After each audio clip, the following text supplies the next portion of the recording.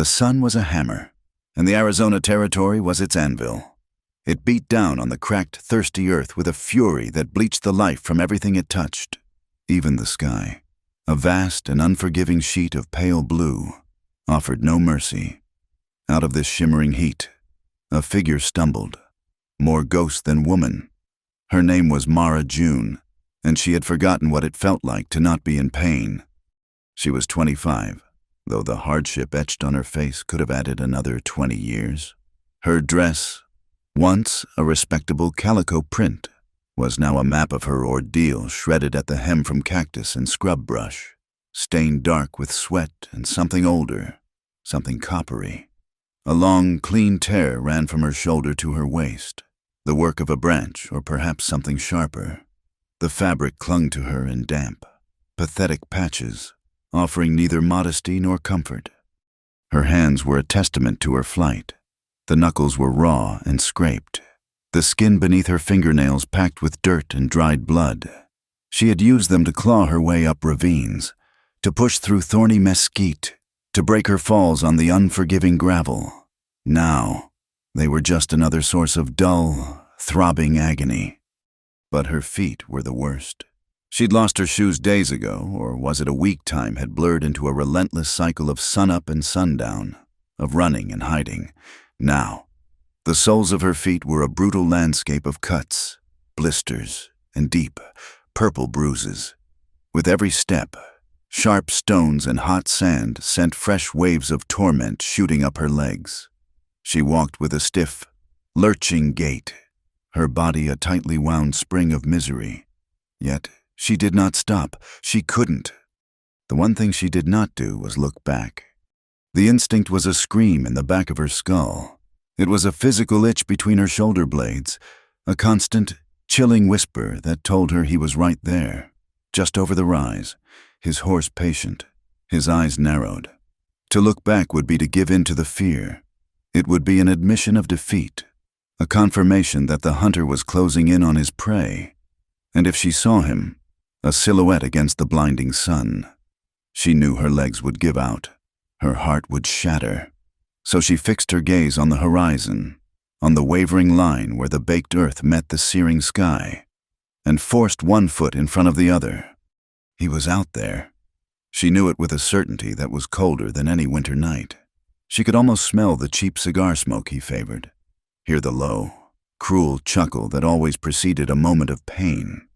The memory was so vivid it made her stomach clench. He was not a man who gave up.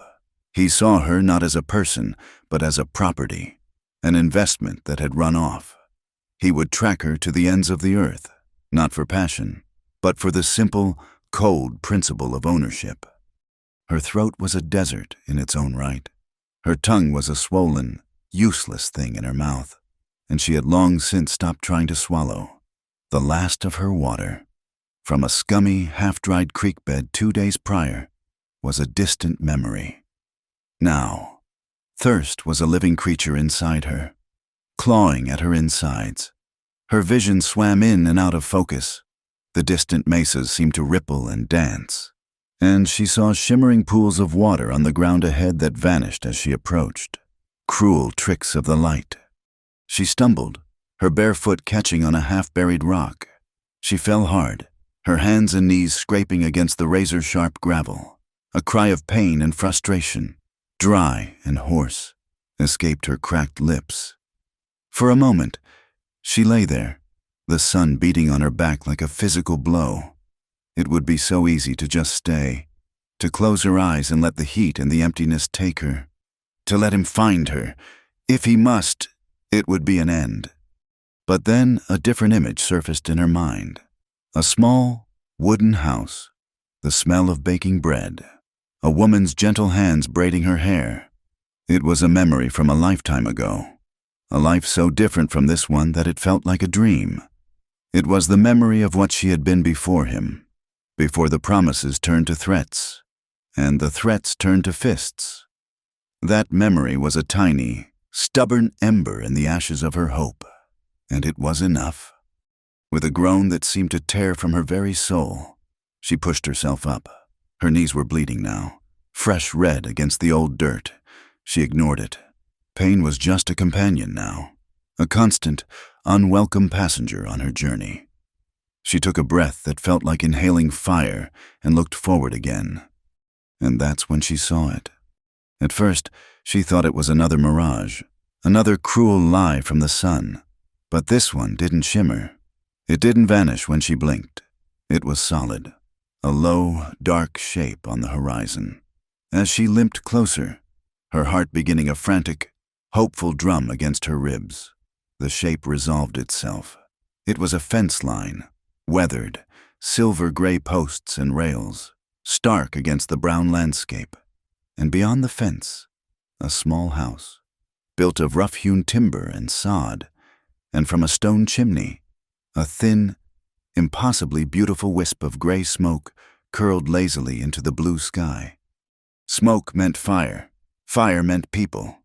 A sound, half sob, half laugh, broke from her throat. It wasn't a mirage. It was real. It was a chance. The sight gave her a strength she didn't know she possessed. Her shuffling limp quickened into a desperate, staggering run. The distance, which might have been a quarter mile, felt like 1,000. The fence seemed to recede with every step she took. The sun chose that moment to intensify its assault, and black spots danced in her vision. The world began to tilt, the horizon swaying like a ship at sea. "Almost there," she whispered, the words a rough rasp. "Almost there. Please, God, almost there." She reached the fence, her hands gripping the rough, sun-warmed wood as if it were the rail of a ship in a storm. The wood was solid, real. She fumbled with the simple loop of rope that served as a gate latch, her fingers clumsy and weak. It took her 3 tries to get it open. She pushed the gate wide and stumbled through, not bothering to close it behind her. The house was closer now.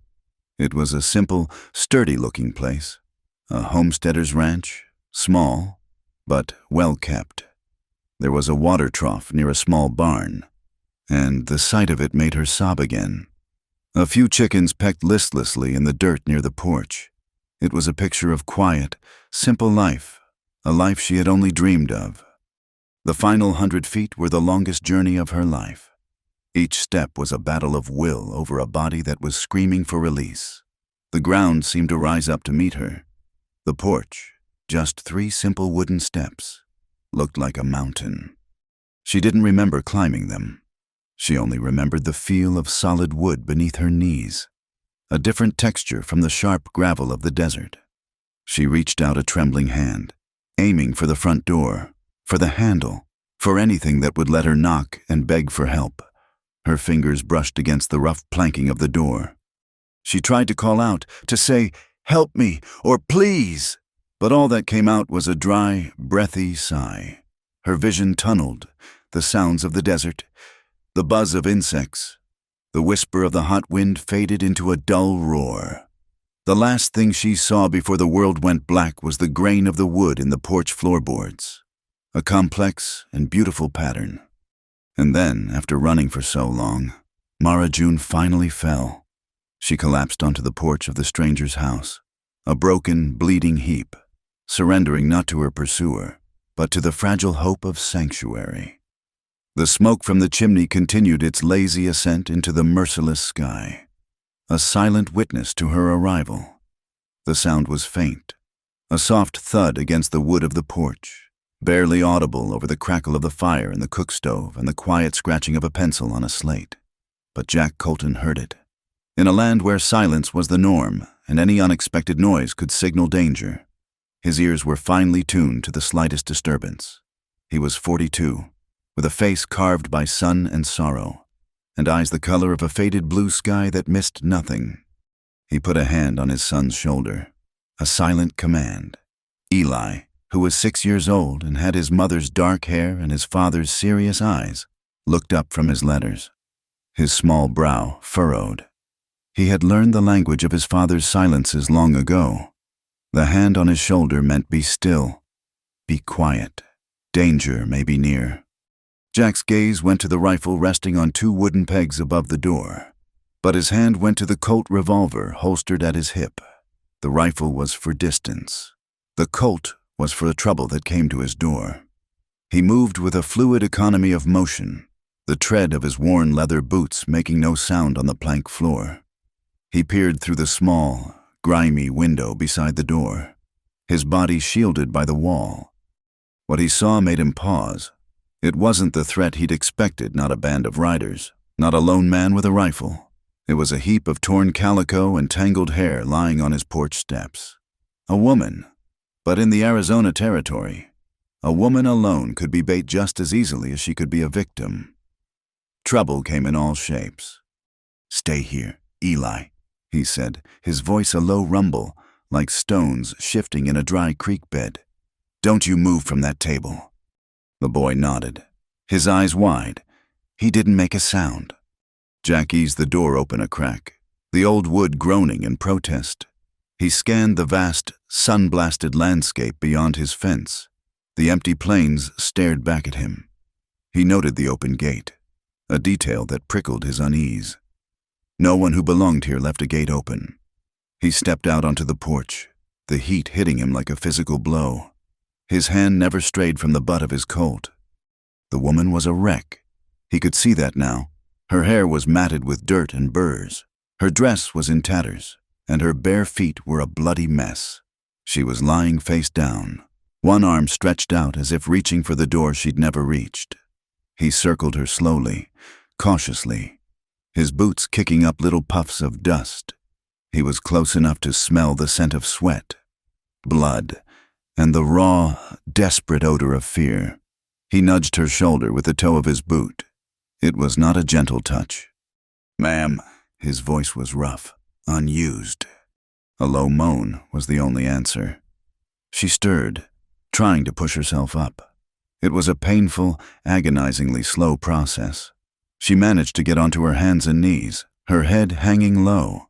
When she finally lifted her face to look at him, he saw eyes clouded with pain and exhaustion, set in a face streaked with dirt and tears. Her lips were cracked and bleeding. "What do you want?" he asked. The question was flat, devoid of sympathy. It was a demand for information. Nothing more.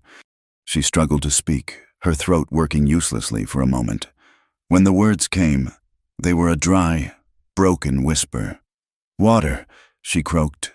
Then, as if remembering her purpose, she added, I just need a place." She took a ragged breath. "I can work. I'm strong." It was a pathetic boast, coming from the trembling, broken creature before him. Jack's expression didn't change. He had heard desperate stories before. He had learned the hard way that a soft heart was a liability in this land. He remained where he was, a silent, imposing figure, his shadow falling over her. Her gaze was unfocused, and she seemed to be struggling to keep him in her vision. A wave of desperation washed over her face. She had to make him understand. She had to prove she wasn't just another drifter looking for a handout. She was injured. She needed help. With trembling, clumsy fingers, she reached for the front of her dress. Her hands fumbled with the first small, pearl-like button at her collar. Jack watched, his eyes narrowing in suspicion. What in God's name was she doing his mind? A practical and suspicious instrument, sifted through the possibilities. It was a trick, a distraction. Or maybe she was one of those women from the saloons in Tucson, driven mad by the heat. Her mind snapped. His hand tightened on the grip of his gun. "I can show you," she stammered, her voice thick with pain and dehydration. She managed to undo the first button, then the second. Her movements were jerky, uncoordinated. The fabric of her dress was stiff with grime and dried sweat. "That's enough of that," Jack said, his voice sharp now, a clear warning. "State your business and be on your way." But she didn't seem to hear him, or if she did. The fog of her agony was too thick to penetrate. She was locked in her own world of pain, driven by the single, desperate need to make him see. She clawed at the third button, a small sob of frustration escaping her. Finally, it came free. She pulled the torn edges of her bodice apart. And then Jack froze. It wasn't what he had expected. Beneath the tattered calico, there was no flash of pale skin, no desperate offer. Instead, there was a crude bandage, a strip of what looked like it might have been a petticoat, wrapped tightly around her side, just below her ribs, and the bandage was soaked through with a dark, ugly stain. It was a mixture of old, dried blood and the fresh, angry red of a wound that was not healing. The edges of the stain were crusted and black. Infection. He knew the look of it. He'd seen it in men gored by steers and in soldiers who'd taken a bullet. It was the smell of death creeping in. Her eyes, hazy with delirium, found his. She gave a little shake of her head, a gesture of profound weariness. Her hand, which had been pulling the dress open, now gestured weakly at the blood-soaked bandage. "Take it off, please," she begged, the words a faint, ghostly whisper. The world seemed to fall silent. The buzz of the insects, the whisper of the wind, the pounding in Jack's own chest, it all faded away. He understood now. The fumbling with the buttons, the torn dress. It wasn't an invitation. It was a diagnosis. The plea wasn't one of seduction. It was the last, desperate prayer of a creature in mortal agony. She wasn't asking him to undress her. She was asking him to save her life. For a long moment, Jack Colton stood motionless on his porch, a statue carved from the hard wood of the frontier.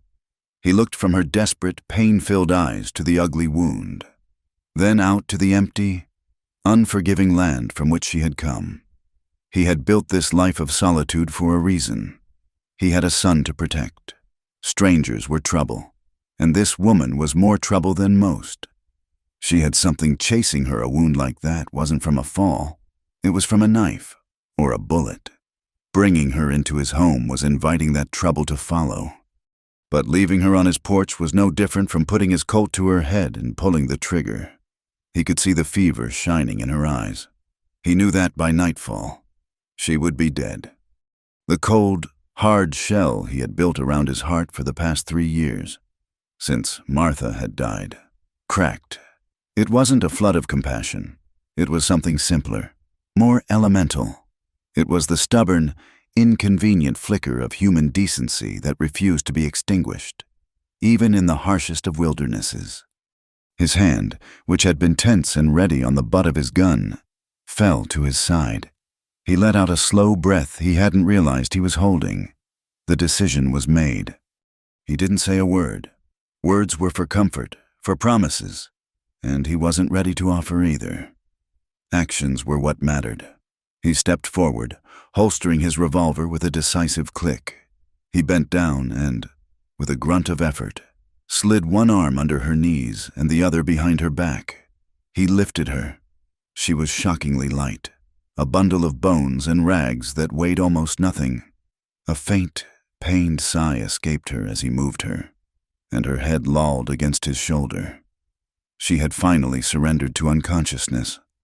He turned and carried her toward the door he had guarded so carefully just moments before. As he stepped across the threshold, from the blinding, brutal sun into the cool dimness of his home, he saw Eli standing by the table, his small hands clutching the edge, his eyes enormous. The boy looked at the broken woman in his father's arms, then up at his father's face, a silent question in his gaze. Jack didn't offer an explanation. He simply walked past his son, his boots heavy on the wooden floor. He didn't take her to his own bed, nor to the one that had belonged to his wife, which had remained empty and untouched for 3 years. That would be crossing a line he wasn't prepared to cross. Instead, he carried her to the large, hand-carved wooden chair that sat beside the cold stone hearth. He lowered her into it as gently as he could, her limp body slumping against the hard back. He stood for a moment, looking down at her. Her face, in the dim light of the cabin, was pale and young. The dirt and blood couldn't completely hide the fine line of her jaw or the sweep of her dark lashes against her cheek. She was a storm that had just broken on his doorstep, and he, Jack Colton, who wanted nothing more than quiet, had just brought the storm inside. He didn't know if he was a fool or a savior. He only knew that he had made a choice. He turned, his face a grim mask, and went to find clean water and bandages. The work was just beginning. She woke to two smells: burnt coffee and old wood. The first was acrid and sharp, the scent of a pot left too long on the fire, a smell of haste or neglect. The second was deeper, a smell of ancient timbers, of smoke from 1,000 fires soaked into the very grain of the walls, of dust and time and the faint, resinous perfume of the pine logs that formed the cabin. For a long, disoriented moment, she swam in these sensations, suspended between the nightmare of her flight and the uncertain reality of this place. Pain was the anchor that dragged her back to herself. It was a dull, hot throbbing in her side, a fire banked low but ready to roar back to life with the slightest movement. Her entire body ached with a profound, bone-deep weariness, as if every muscle had been stretched to its breaking point and then tied in knots. She was lying on her back, not on the hard, unforgiving ground, but on something soft, a mattress stuffed with corn husks, from the sound it made when she shifted. A rough wool blanket was drawn up to her chin. She opened her eyes. The light was dim, filtering through a single, small window and the open cabin door. The world was a study in browns and grays, the log walls, the stone hearth, the rough-hewn table and chairs. It was a simple room, built for survival, not comfort, a man's room, a house of silence. Her memory returned in a rush of images: the sun, the dust, her bleeding feet, the desperate, stumbling run towards a wisp of smoke, the man, the tall, hard-faced man with eyes that gave nothing away. She remembered collapsing on his porch.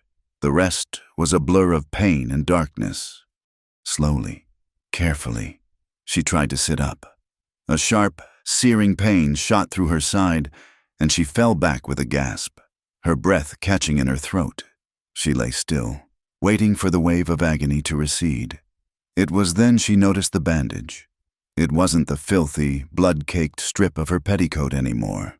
This was a clean piece of linen, wrapped firmly and competently around her torso. Someone had cleaned the wound. Someone had tended to her. The man... A floorboard creaked near the doorway to another room. Her head turned slowly, every movement an effort. A small eye was visible in the crack of the door, dark and unblinking. It was a child, a boy. He was hiding, watching her with the intense, solemn curiosity that only children possess. When he saw that she was looking at him, the eye vanished.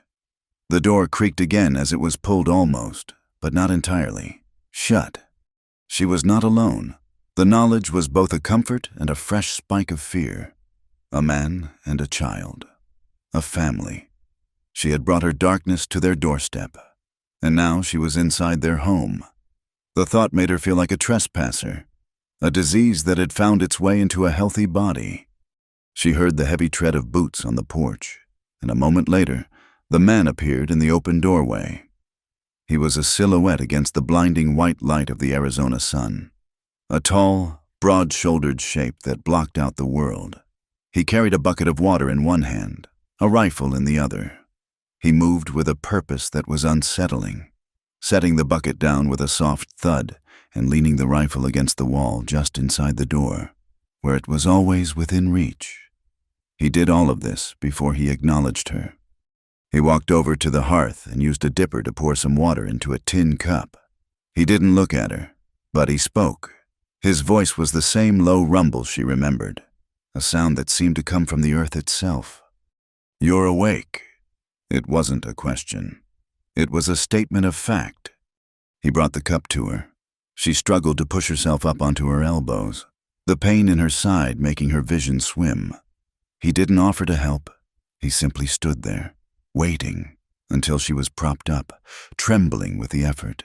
He held the cup to her lips. The water was cool and clean, the most wonderful thing she had ever tasted. She drank greedily, the water spilling down her chin and onto the rough blanket. He let her drink until the cup was empty, his expression unchanging.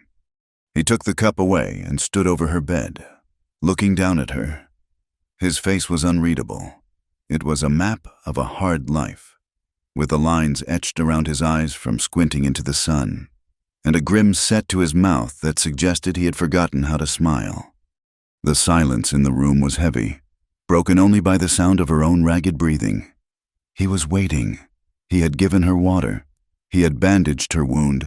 Now, he wanted his payment. He wanted answers. "Who's chasing you?" he asked. The question was a stone dropped into a still pond. There were no pleasantries, no gentle inquiries about her health.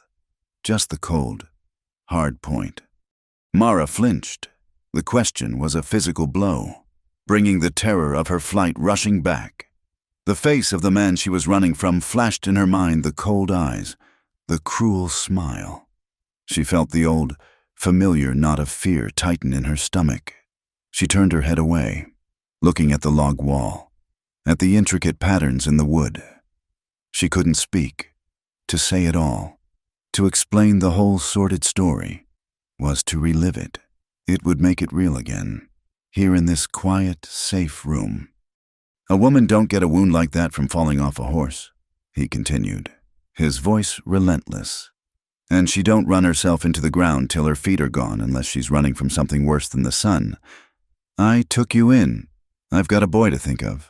I won't have trouble brought to my door without knowing its name. So I'll ask you again. Who is it?" His logic was as sharp and unforgiving as the land outside. She knew he was right. He deserved to know what kind of danger she had dragged into his home. She owed him that much. She took a shuddering breath, the air burning her lungs. She couldn't bring herself to tell him the whole story. The shame was too great, the details were too ugly, but she could give him the name. The name was everything. She turned her head back to look at him. Her eyes met his, and she hoped he could see the desperation, the truth of her terror. Her voice was barely a whisper, a dry rustle of leaves. "Carver," she said the name and nothing more. It hung in the silent room between them, a word that felt like a curse. She saw the change in him instantly. It was subtle, but it was there. A slight tightening of the muscles in his jaw, a flicker, a brief shadow of recognition. In the depths of his faded blue eyes, his gaze became sharper, more focused, as if he were looking at her and seeing something else entirely, a wanted poster, a ghost from a campfire story. The hand that was hanging loose at his side moved, just an inch, closer to the Colt that was still holstered at his hip. He knew the name. Jack Colton knew the name. He'd heard it whispered in a saloon in Prescott a year back, spoken in low tones by a U.S. Marshal who'd had too much whiskey. Carver wasn't a common outlaw, not a bank robber or a cattle rustler. He was something else, a specialist, a manhunter. Men said he could track a snake over bare rock. They said he didn't bring men in for the bounty so much as for the pleasure of the hunt. He was relentless, methodical, and cruel. He worked for powerful men who wanted things back: money, horses, women. He was a private wolf, hired to do the jobs that the law wouldn't or couldn't, and he never, ever gave up. Jack looked down at the woman in the bed, this pale, broken thing, and he understood. She wasn't just running from a man. She was running from a force of nature, a man who had made a profession out of finding people who didn't want to be found. And she had led him here, to this ranch, to Eli. A cold, hard anger rose in him. Anger at her for her carelessness.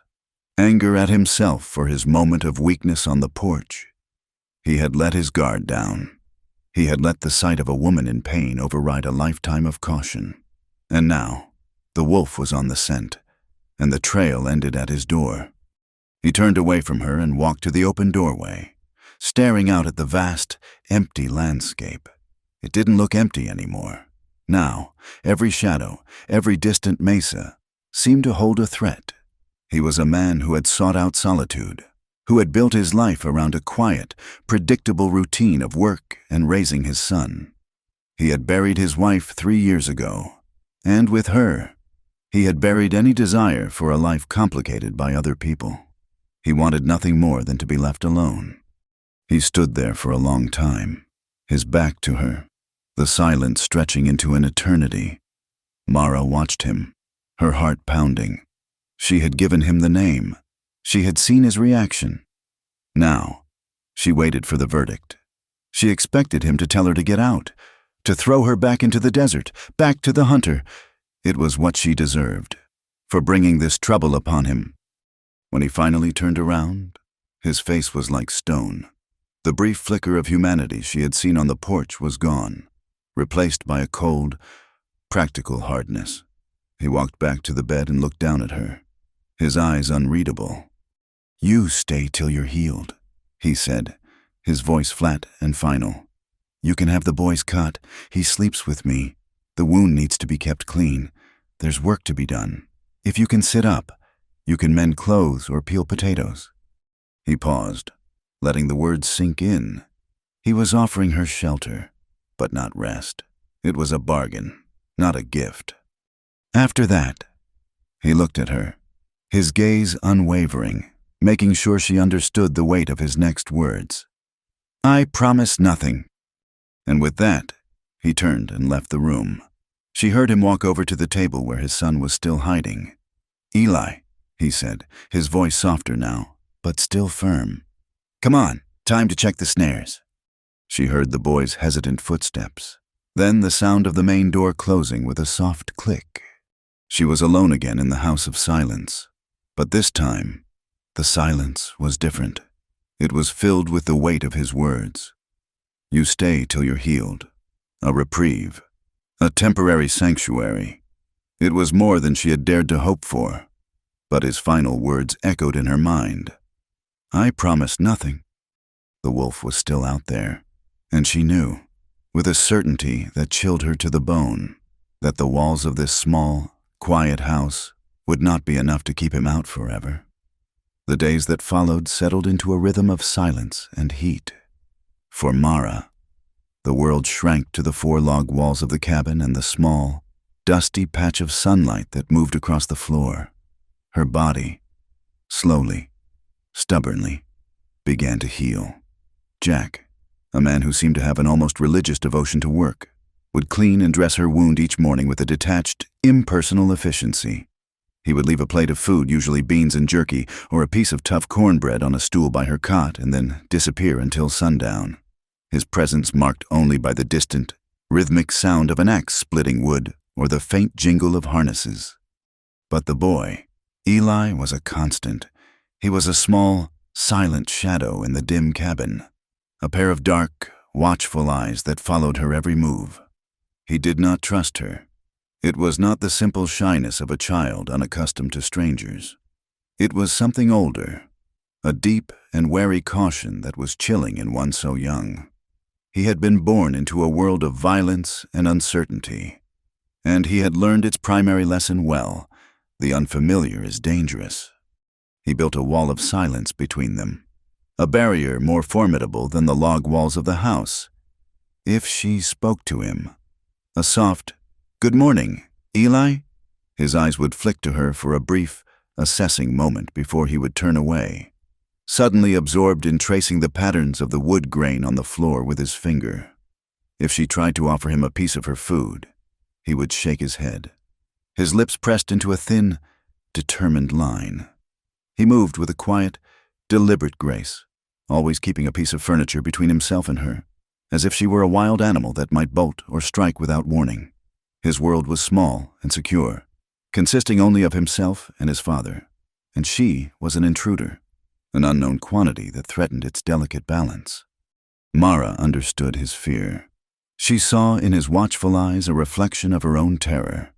He was guarding his world just as fiercely as she had guarded her life during her desperate flight through the desert. His silence did not anger her. It filled her with a profound and weary sadness. As the days bled into a week, the fire in her wound subsided to a dull, persistent ache. She was able to sit up for longer periods, then to stand, leaning against the wall for support. The idleness was a torment. It left too much room for her thoughts, too much time for the ghosts of her past to whisper in the quiet corners of the cabin. She had to do something, anything, to feel useful, to earn the bread she was eating and the roof that was over her head. One afternoon, she saw a small pile of mending on the main table, one of Jack's rough work shirts with a torn sleeve and a pair of Eli's small trousers with a hole in the knee. She found a sewing kit in a wooden box on the mantelpiece, a simple affair of a few needles, some coarse thread, and a lump of beeswax. Her hands were still clumsy and weak, but the simple, repetitive motion of the needle was soothing. She lost herself in the work, in the small, neat stitches that pulled the torn fabric back together. Eli sat at the other end of the table, carving a piece of softwood with a small, dull knife his father had given him. He watched her work from under his dark fringe of hair, his hands never ceasing their slow, methodical whittling. He said nothing, but for the first time, he didn't immediately move away when she drew near. He just watched, his expression unreadable. When she finished, she folded the mended clothes and placed them back on the pile. It was a small thing, a silent offering. That evening, as the sun began to cast long, orange shadows across the plains, a new kind of silence fell. It wasn't the tense, watchful silence of the previous days. It was a silence of exhaustion, of a day's hard labor done. Jack sat by the fire, cleaning his rifle, the metallic click and slide of the mechanism the only sound. Eli sat on the floor, polishing his newly carved figure of a horse. Mara, propped up on her cot, felt the familiar weight of isolation pressing down on her. She had to break it. She had to do something to push back against the crushing loneliness of this silent house. And then she remembered the one thing she had left from the life before Carver, the one thing he hadn't been able to beat out of her stories. She began to speak, her voice low and hesitant at first, unused to anything but whispers and pleas. She didn't speak to them directly. She spoke to the dancing flames in the hearth, to the shadows on the wall. Once, she began, her voice soft as dust. There was a little brown bird who was afraid to fly. All his brothers and sisters soared into the wide blue sky, but he just sat on the branch, trembling. Jack's hands stilled for a fraction of a second, then resumed their methodical work. Eli's knife stopped moving. He didn't look up, but his entire body was a study in concentrated listening. Mara continued, her voice gaining a little strength as the old, familiar words came back to her. She told the story of the bird, who was eventually tricked into flying by a clever old tortoise who told him the sky was just an upside-down lake. It was a simple, foolish little story her own mother used to tell her. When she finished, the silence returned. But it was different. It was softer, less heavy.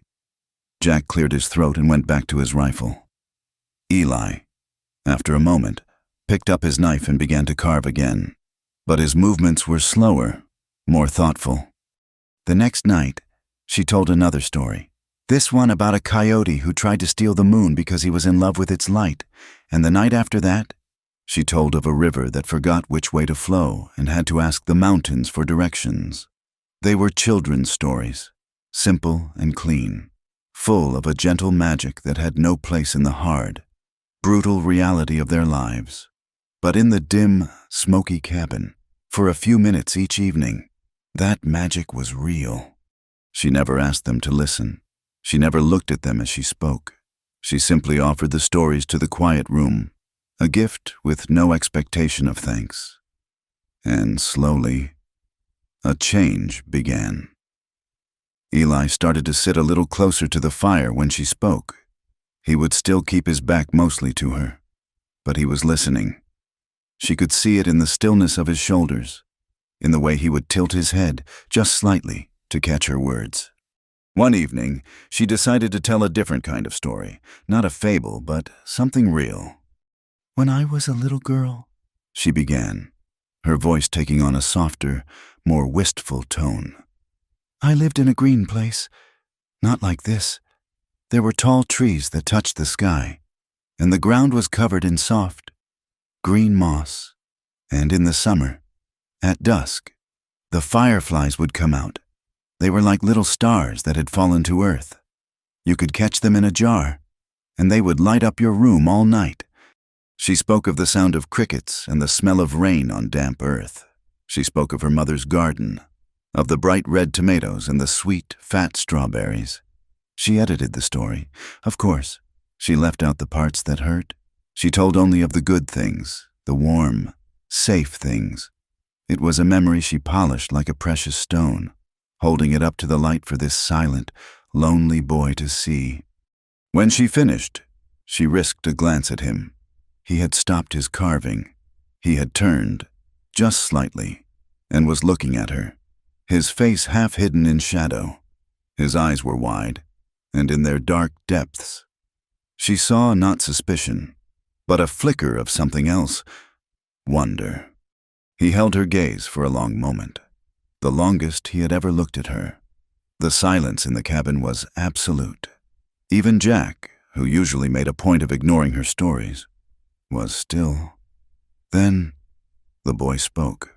His voice was small and clear in the quiet room. The first words he had ever directed at her. "Do you have a mother?" The question was so simple, so innocent, and it struck her with the force of a physical blow. It was a key turning in a lock she had sealed shut long ago, a door she never, ever wanted to open again. Her own mother, a gentle woman with flour on her hands and a sad smile, a woman who had died in a fire set by Carver because her father couldn't pay a debt, the fire from which Mara had escaped, but her family had not. The polished memory of the fireflies in the garden shattered, and all the darkness she had been holding back, all the grief and the terror and the rage, came flooding in. Her breath hitched. A sound, a terrible, strangled sob, was torn from her throat. Her control, the iron wall she had built around her heart to survive, crumbled into dust. She tried to speak, to answer his simple question, but no words would come. She just shook her head, and the first tear fell, hot on her cheek, and then another and another. The grief was a physical thing, a great, tearing weight in her chest. She hunched over, wrapping her arms around herself as if to hold her breaking body together, and wept. It was not a quiet, dignified weeping. It was a storm of raw, ragged sobs that shook her entire frame, the desperate, hopeless sound of a soul that had finally been broken open. Eli just stood there, frozen. The small wooden horse fell from his nerveless fingers and landed silently in the dust. His face was a mask of shock and confusion. He had asked a simple question. He had no way of knowing he had just plunged his hand into the heart of her deepest wound. He had unleashed this terrifying storm of adult sorrow, and he didn't know what to do. He took a hesitant step back, his eyes wide with a child's fear of emotions he could not comprehend. Outside, in the cool of the evening, Jack was sharpening a blade on a whetstone, the rhythmic shh, a familiar, comforting sound. He had been listening to her story, as he always did, pretending not to, but hearing every word. He had heard the boy's question, and then he heard the sound that made the hair on his arms stand on end, the sound of a woman weeping as if the world were ending. He put the blade down and rose silently, moving to the edge of the porch where he could see into the cabin through the open door. He saw the scene inside the woman on the cot, utterly undone, her shoulders shaking with violent sobs, and he saw his son, standing pale and motionless, his face a picture of stunned bewilderment. Jack didn't move. He didn't go in. This was not his grief. It was a private, sacred space, and he would not trespass. But as he stood there, watching this stranger weep in his home, something inside him shifted. For 3 years, he had been the sole keeper of the grief in this house. He knew its weight, its texture, its bitter taste. He had thought his own sorrow was a fortress that kept the world out. But now, another sorrow had found its way inside. He looked at Mara, and for the first time, he did not see a stranger, a problem, or a threat. He saw a fellow traveler in the barren wilderness of loss. Later that night, the cabin was dark and still. The storm of Mara's grief had passed, leaving behind a profound and exhausted silence. She had cried herself to sleep. In the main room, Jack lay awake on his own cot, Eli a small, warm lump beside him. The boy had been quiet and subdued ever since the incident, as if he understood he had touched something fragile and powerful. Jack couldn't sleep. The sound of her weeping echoed in his mind. He thought of Martha, of the long nights he had spent listening to her cough, her breath growing weaker and weaker, until one night it simply stopped. He knew what it was to feel a loss so great it felt like a physical part of you had been carved away. He rose from his bed, his movements slow and deliberate in the darkness. He went to a large wooden trunk at the foot of his bed, the one where Martha's things were kept. He opened it, and the faint scent of lavender and old memories filled the air. He reached inside and pulled out a thick, hand-stitched quilt. It was heavy and warm. He walked to the doorway of the small room where Mara was sleeping. He didn't enter. He stood for a moment, listening to the soft, even sound of her breathing. Then, he carefully folded the heavy quilt and placed it on the floor, just outside her door. He didn't knock. He said nothing. The gesture was as silent as the grief it was meant to acknowledge. It was a simple offering against the cold, a small, unspoken admission that in this house of silence, she was not entirely alone. Then he turned and went back to his own bed, to lie awake in the dark and wait for the dawn.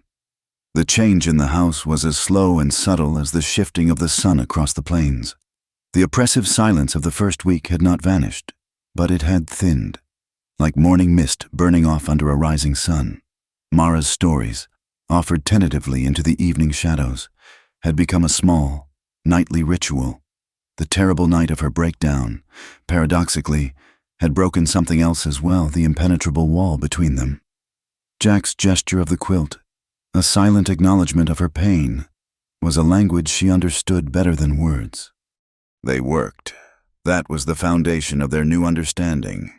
As Mara's strength returned, she shed the role of invalid and took on the duties of the house. She learned the quirks of the old cook stove, the way to knead bread so it rose properly in the dry heat, the methodical rhythm of mending and washing.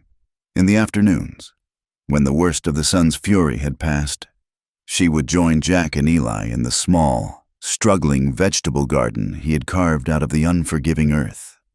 It was there, in the rich, dark soil, that a fragile peace began to take root. They worked side by side, a silent trio under the vast, empty sky. The scrape of Mara's hoe, the thud of Jack's spade, and the small, serious sounds of Eli pulling weeds were the only conversation they needed. For Mara, the physical labor was a balm. It quieted the ghosts in her head, focusing her mind on the simple, honest task of nurturing life from the dirt. For the first time in years, she felt the sun on her back not as a pursuer, but as a partner in her work. She began to feel the knots of fear in her shoulders loosen. Just a fraction. She was still a prisoner of her past, but here, in this small patch of green, she could almost imagine a future. One afternoon, the sky was a dome of polished turquoise, and the heat was a dry, steady pressure. They were on their knees, thinning out a row of young carrots. Eli, with the intense focus of a 6-year-old, was carefully pulling the smallest sprouts. His brow furrowed in concentration. He held one up, a tiny orange root no bigger than his little finger, and looked at Mara with a question in his eyes. "This one?" he asked, his voice soft. "That's a good one to pull," she said, her voice gentle. She offered him a small, genuine smile, and for the first time, he returned it not a full smile, but a slight, shy curving of his lips. It was a small miracle, a tiny green sprout of trust in the barren soil of their relationship. Jack, working a few feet away, saw the exchange. He didn't say anything, but his hands paused in their work for a beat longer than necessary. He looked at the woman and the boy, their heads bent together over the row of vegetables, and a strange, unfamiliar feeling stirred in his chest. It was a feeling he had thought long buried with his wife, the quiet, simple shape of a family. It was Eli who saw it first. He had finished his row and stood up to stretch, his small figure a stark silhouette against the endless horizon. He raised a dusty hand and pointed to the east. "Dust," he said, his voice flat with childish observation. "Pa, dust." The word hung in the hot, still air. It was a common enough sight, a wind devil or a herd of wild mustangs, but Jack's head snapped up, his eyes instantly narrowed to slits. Scanning the horizon, he rose to his feet in a single, fluid motion, his body shedding the weary posture of a farmer and assuming the tense, alert stance of a sentinel. Mara's heart gave a sickening lurch. She followed Jack's gaze. It wasn't a whirlwind. It was a plume, a deliberate, focused column of dust, rising steadily. It was the signature of a single rider, moving at a determined pace, moving directly toward them. She felt the blood drain from her face. The hoe slipped from her numb fingers and fell to the earth with a soft thud. All the fragile peace she had so carefully cultivated over the past weeks shattered into a million pieces. The air grew thick, heavy, hard to breathe. The sun was no longer a partner. It was a malevolent eye, a spotlight pinning her in place. "It could be anyone," she whispered. The words meant for herself, a desperate prayer against the inevitable. A traveler, a prospector. But Jack didn't answer. He just watched, his face a mask of grim concentration. And Mara knew. She knew in the sudden, icy cold that flooded her veins. She knew in the way the old terror, a familiar, venomous serpent, uncoiled in the pit of her stomach. The rider was still a distant speck, a featureless dot on the shimmering horizon. But she knew. A predator has a certain way of moving, a patient, inexorable gait that the prey recognizes on a primal level. It was the same way he had walked across a saloon floor, the same way he had ridden into her father's yard. It was the deliberate, unhurried pace of a man who knows his quarry is cornered and that time is on his side. The speck grew larger. It resolved itself into the unmistakable shape of a man on a horse. "No," Mara breathed, a sound of pure despair. She took an involuntary step back, her bare foot crushing a young carrot plant. She began to tremble, a fine, uncontrollable tremor that started in her hands and spread through her entire body. Her teeth chattered. "Mara." Jack's voice cut through the fog of her panic. It was sharp, hard, and absolute. A commander's voice. She looked at him, her eyes wide with terror. "Get in the house," he said, his gaze never leaving the approaching rider. "Take Eli. Go inside. Bolt the door. And do not open it. Do you understand me?" She could only nod, her throat too tight for words. "Go, now." He gave Eli a gentle but firm push toward her. "Go with Mara, son. Do as she says." The boy, his face pale and his eyes wide, looked from his father's grim expression to Mara's terrified face. He understood that the game was over. The adult world, with its hidden dangers, had just crashed down upon their peaceful afternoon. He took Mara's hand, his small fingers gripping hers with surprising strength. Mara stumbled toward the cabin, pulling Eli with her. She didn't look back.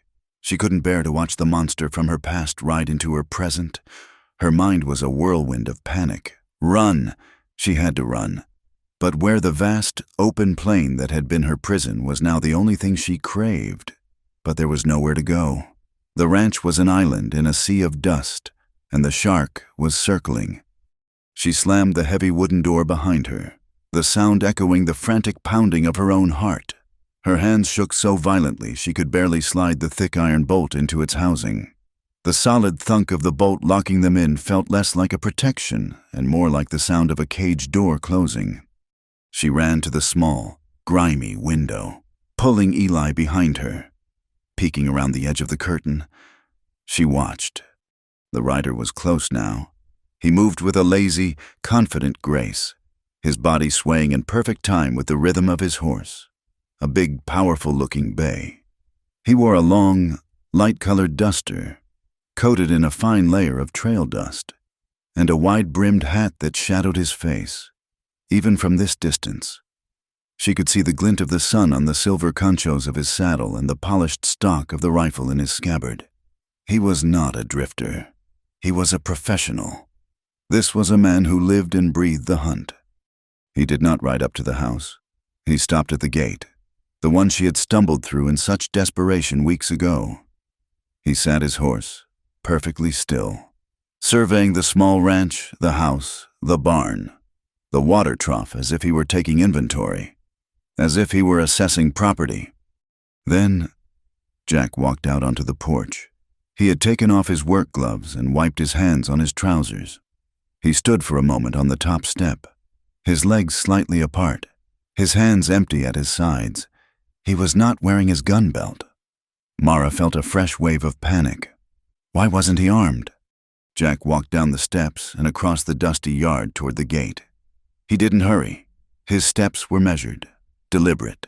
He was a man on his own land, and his every movement radiated a quiet, unshakable authority. He stopped about 10 feet inside the gate, leaving the flimsy wooden barrier between himself and the man on the horse.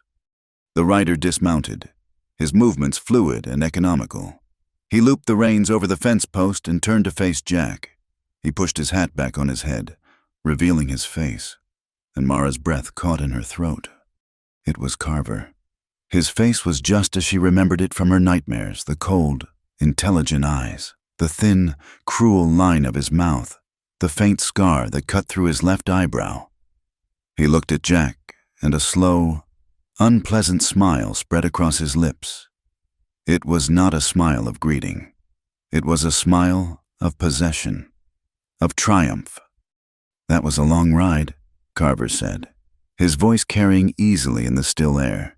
It was a smooth, almost pleasant voice, which made the menace behind it all the more chilling. "Found myself getting awful thirsty." Jack remained silent, his face unreadable, his body as still as the ancient rocks of the mesas.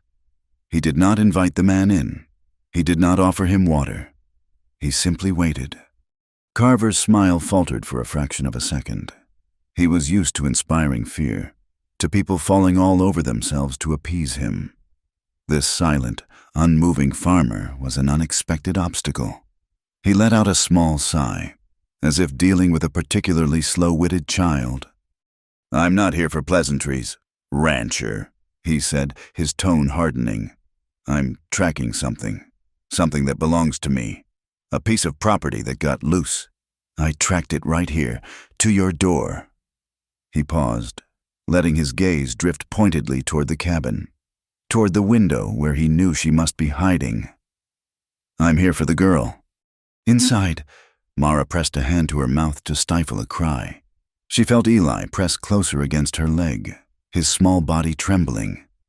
Jack's expression did not change.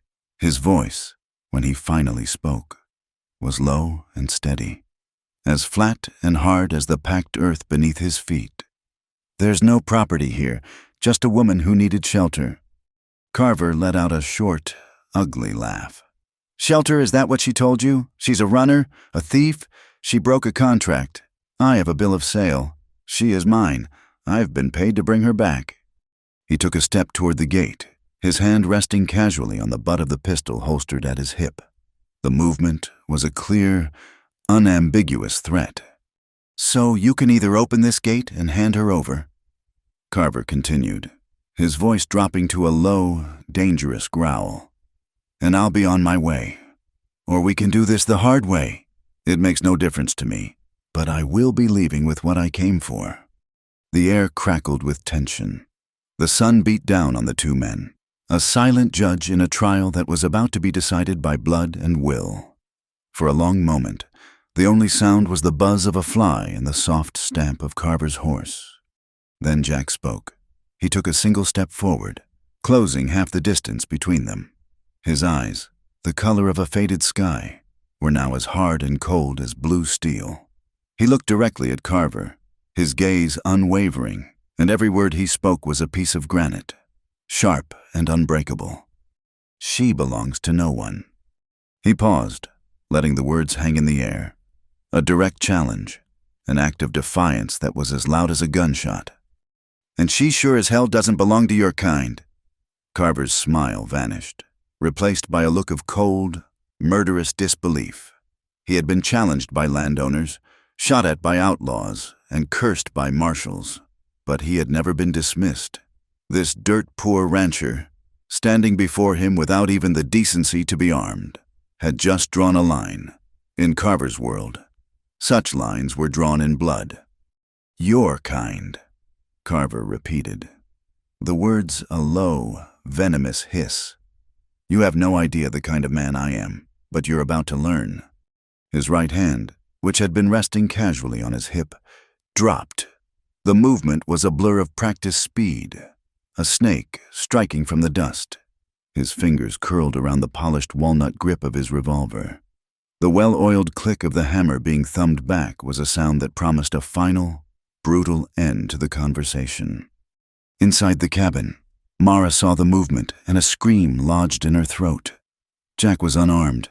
He had walked out to face a wolf with nothing but his bare hands. It was a suicide. It was a sacrifice. And it was for her. But Jack had been watching Carver's eyes, not his hands. He knew that a man like Carver telegraphed his intentions in the subtle tightening of his jaw, the flicker of contempt in his gaze. Jack had spent his life reading the signs of unpredictable animals, a nervous horse, a cornered steer, and this man was the most dangerous animal of all. He had gambled that Carver's arrogance would make him slow, that he would savor the moment of drawing his weapon on a helpless man. He was right. In the split second that Carver's hand went for his gun, Jack moved. He didn't hesitate. He didn't think. He exploded forward, crossing the 10 feet between them in 3 powerful, ground-eating strides. He was not a gunslinger. He was a rancher. His weapons were not speed and precision, but mass and momentum. Carver's eyes widened in surprise. His pistol was only halfway out of its holster when Jack crashed into him. The impact was like a runaway freight wagon hitting a fence post. All the air was driven from Carver's lungs in a pained whoosh. The gun flew from his grasp, spinning end over end before landing with a dull thud in the thick dust a dozen feet away. The 2 men went down in a tangled, flailing heap against the flimsy wooden gate, which splintered under their combined weight. They rolled in the dirt, a chaotic storm of limbs and curses. The hot, powdery dust rose around them, clogging their nostrils and stinging their eyes. This was not a clean fight. It was a desperate, ugly brawl. Carver, wiry and quick, squirmed out from under Jack's weight and drove a sharp elbow into his side, right where Mara's wound had been. Jack grunted in pain, the memory of her injury flashing through his mind, fueling his rage. He swung a clumsy, powerful fist that caught Carver on the side of the head, snapping his head back with a wet, meaty smack. Carver was a brawler, a veteran of countless saloon fights and back-alley ambushes. He twisted, bringing a knee up hard into Jack's groin. The pain was a nauseating, white-hot flash. Jack's vision swam, but he refused to go down. He grabbed a fistful of Carver's dusty duster and used it to haul the man back toward him, smashing his forehead into Carver's nose. There was a sickening crunch of bone and cartilage, and Carver screamed, a high, thin sound of agony and fury. Blood gushed from Carver's nose, a stark, crimson mask against his dust-caked face. He scrambled backward on his hands and knees, spitting a mouthful of blood and dirt. "You crazy sodbuster!" he snarled, his voice thick and nasal. "I'll kill you for that." Jack rose to his feet, his chest heaving, a low growl rumbling in his throat. His side throbbed, and his head swam from the low blow. But his eyes were fixed on his opponent with a cold, primal focus. This was no longer about honor or defiance. It was about survival. It was about the boy and the woman watching from the window. They circled each other in the ruined gateway, 2 animals preparing for the final clash. The sun beat down on them. Indifferent, they were caked in a mixture of sweat, blood, and the red dust of the earth they fought on. From the window, Mara watched in horror. The raw, brutal violence was a nightmare made real. This was what men did. This was the world she had tried to escape. She saw Jack stumble, saw the blood on his lip. She saw the pure, animal hatred in Carver's eyes. And she knew this would not end until one of them was dead. And Carver was a man who made his living from death. Her fear, which had held her paralyzed, suddenly curdled into something else. Rage. A fierce, protective rage for the man who was fighting for her, for the child who was trembling beside her. She would not let this happen. She would not be a passive victim, a prize to be won or lost in a bloody contest. She shoved the door open, the bolts scraping loudly, and ran out onto the porch, Eli clinging to her leg. The sudden noise made both men flinch and turn toward the house. "Carver!" she screamed, her voice raw and shaking, but carrying across the yard with the force of a trumpet blast. "Stop it! Stop it now!" Carver's blood-smeared face twisted into a grotesque sneer when he saw her. "There's my property. Come to see your new master put this farmer in the ground." "I'll go to the sheriff," she shrieked, the words tumbling out of her in a desperate torrent. "I'll tell him everything. I'll tell him about my father. About the fire, I'll tell him who you work for. Your name and theirs will be on every wanted poster from here to St. Louis. You'll never work again. They'll hunt you." The threat hit its mark. Carver froze. The sneer on his face wavered. His business, his entire life, was built on discretion. He was a ghost, a tool used by powerful, wealthy men who could not afford to have their names associated with his kind of work. A public scandal, a determined sheriff asking questions about old fires and coerced contracts that was a different kind of danger. It was a threat to his livelihood, to his very existence in the shadows. For a fraction of a second, the killer's certainty in his eyes was replaced by the flicker of a cornered rat's calculation. The hesitation was all Jack needed. Carver, his mind momentarily distracted by Mara's threat, made a fatal error. He let his rage override his reason. With a guttural roar, he launched himself at Jack, not with skill, but with pure, blind fury. It was a sloppy, telegraphed charge. A wild haymaker aimed at taking Jack's head off. Jack didn't try to block the punch. He sidestepped, letting Carver's momentum carry him past. As Carver stumbled off balance, Jack pivoted. He grabbed the back of Carver's collar and his belt, and with a surge of adrenaline-fueled strength born of a lifetime of lifting hay bales and wrestling steers, he ran him forward. There was no finesse. It was an act of pure, agricultural force. He ran Carver headfirst into the thick, upright corner post of the fence, the one that had remained standing when the gate broke. The sound was sickening. It was a wet, hollow crack of bone meeting solid wood, followed by the splintering of the timber itself. Carver's head hit the post with unimaginable force. His body went limp, all the fight draining out of him in an instant. He slid down the rough wood, leaving a bloody smear behind, and collapsed in a boneless heap in the dust. He wasn't unconscious, but he was broken. He lay on his side, moaning, one hand clutching his shattered face. A profound, ringing silence fell over the yard. The only sounds were the ragged, desperate gasps of Jack's breathing and the low, animal moans of the man on the ground. Jack stood over him, his legs braced, his knuckles raw and bleeding. His shadow, long in the afternoon sun, covered Carver's broken form like a shroud. He bent down, not in sympathy, but to bring his face close to Carver's. His voice, when he spoke, was a low, gravelly whisper, stripped of all emotion save for a cold, final certainty. "You listen to me," he rasped, each word a chip of ice. "You get on your horse, you ride out of here, and you don't ever look back." He straightened up, looking down at the pathetic, bleeding man. "Because the next time I see your face, it'll be from the crowd when the sheriff puts a rope around your neck, and I'll be there to watch you swing." Slowly, painfully, Carver dragged himself to his feet. He stumbled over to his horse, his movements clumsy and uncoordinated. Without a word, he pulled himself into the saddle, a broken, humiliated man. He gave one last look at Jack, a look of pure, undiluted hatred. Then he turned his horse and rode away, not with the confident gait of a hunter, but with the shuffling, defeated retreat of a beaten dog.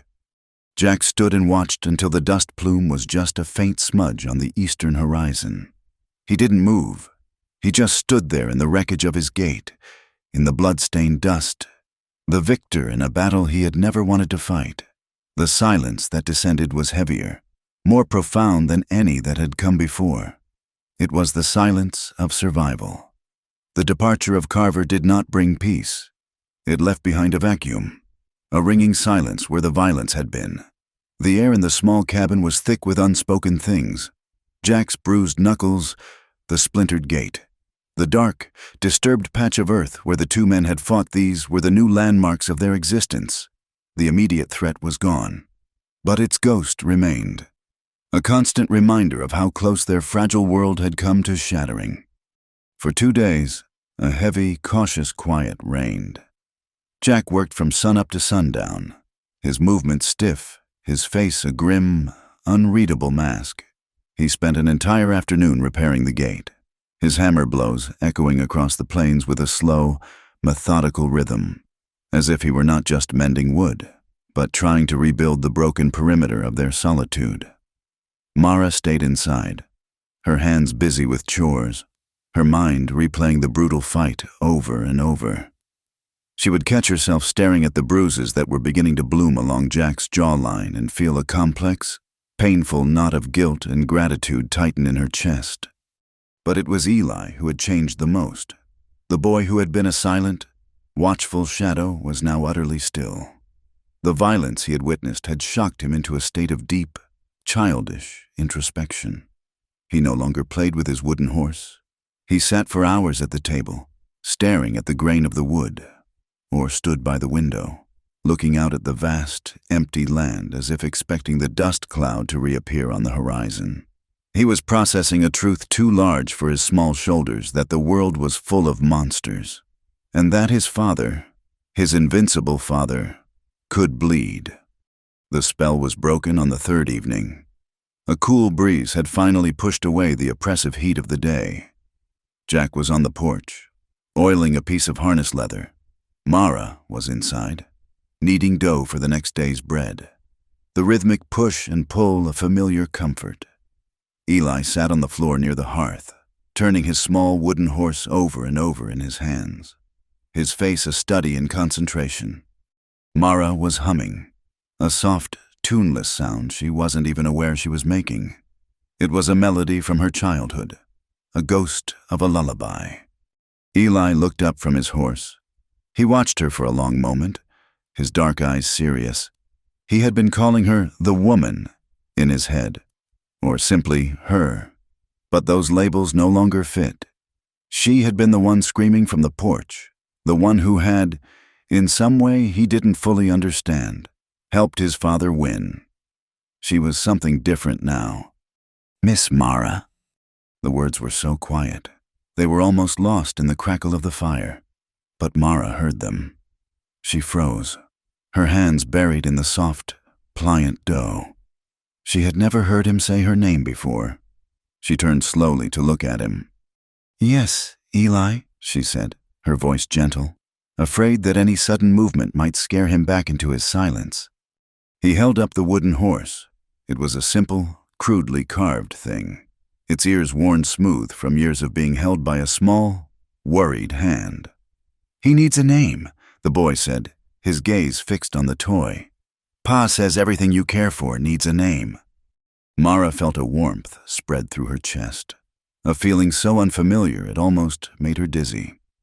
She wiped the flour from her hands onto her apron and knelt on the floor beside him. "You're right," she said softly. "He looks like a very brave horse. He should have a strong name. What do you think?" Eli was silent for a moment, considering. "Traveler," he said at last, with the finality of a judge, "because he's been on a long journey." "Traveler," Mara repeated, testing the word. "That's a perfect name." The next afternoon, while Jack was out checking his distant fence lines, Mara sat on the porch steps, mending one of Eli's shirts. The sun was warm on her back. and for the first time, she did not feel the need to scan the horizon. She felt the weight of Carver's pursuit lifting ever so slightly. Eli came out of the cabin. He walked over to her and stood silently for a moment. Then, he held out his hand. In his small, dusty palm lay the wooden horse. Traveler. "Here," he said, not looking at her face, but at her hands as they worked the needle. Mara stopped sewing. "For me?" she asked, her voice catching in her throat. He nodded. A single, jerky motion. "He'll keep you safe," he whispered, "from the bad dreams." Mara looked from the boy's serious, earnest face to the worn, precious toy in his hand. She understood the magnitude of the gift. This was not just a piece of wood. This was his companion in the lonely, silent house. It was his confidant, the keeper of his secrets.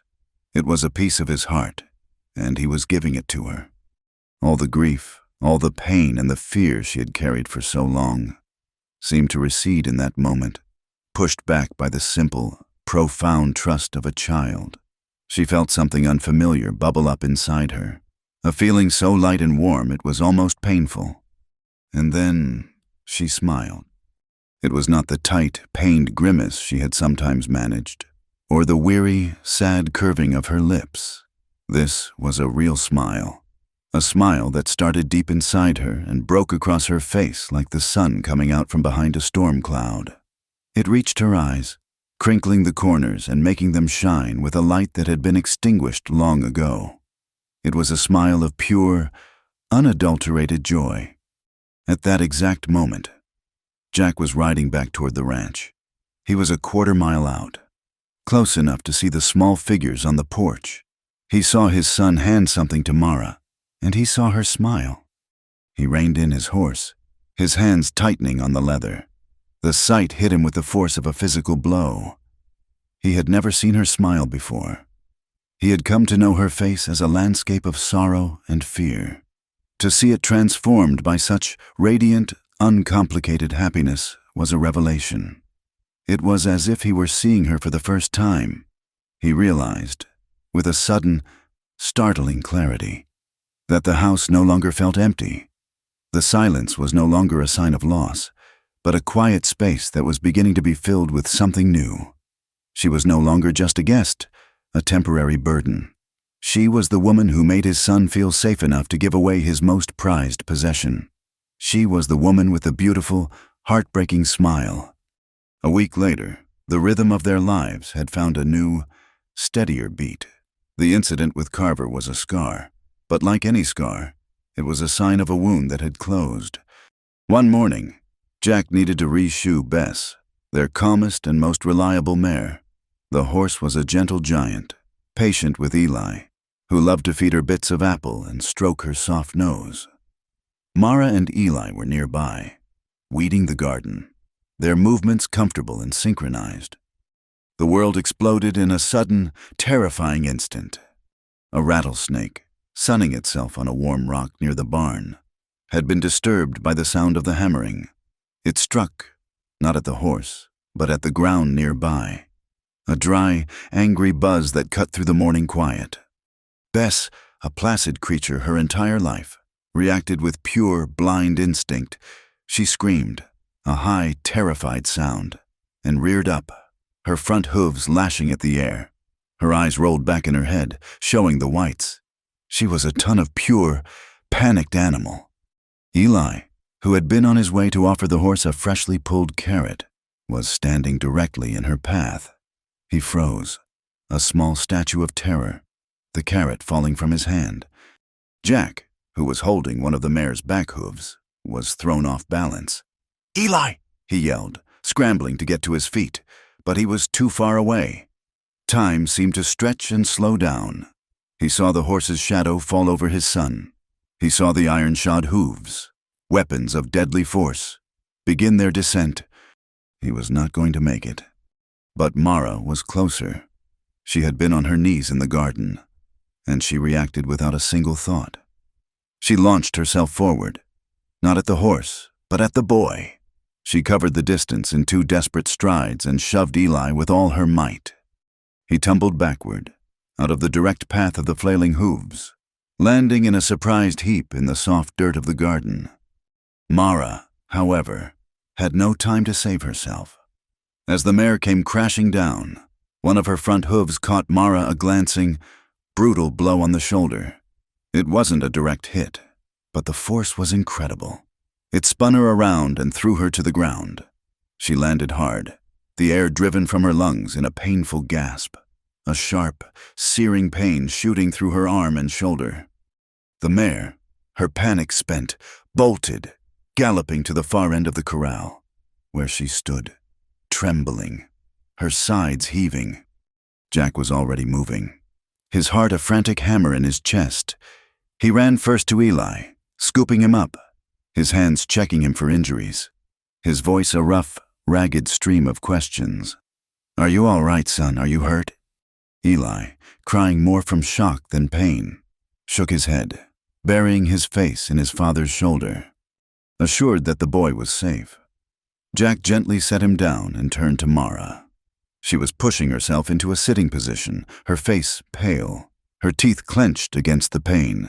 Her left sleeve was torn, and a long, angry red scrape was already welling with blood on her arm. He knelt beside her in the dust, his own fear still a metallic taste in his mouth. He looked at her torn sleeve, at the dirt on her cheek, at the fierce, protective light that was still shining in her eyes. He saw not a victim, but a guardian, a warrior. She had, without a moment's hesitation, placed her own body between his son and a terrible death. She had done what he, the boy's own father, had been unable to do. He reached out a hand, his fingers calloused and stained with the dirt of his work, and gently brushed a stray lock of hair from her face. His touch was hesitant, almost reverent. She looked up at him, her eyes clouded with pain, expecting him to scold her, or fuss over her, or thank her. He did none of those things. He just looked at her, his gaze steady and intense, and in the depths of his faded blue eyes, she saw a profound and final acceptance. "You don't have to prove anything anymore," he said, his voice low and rough with an emotion she couldn't name. The words were simple. They were not a declaration of love or a promise of a future, but in the quiet, dusty yard of the silent ranch, they were everything. They were an absolution. They were a welcome. They were the sound of a door, not to a house, but to a home, finally opening. The clumsy blow from the mare's hoof left a deep, angry bruise on Mara's shoulder that bloomed in shades of purple and black. But this pain was different from the old pains.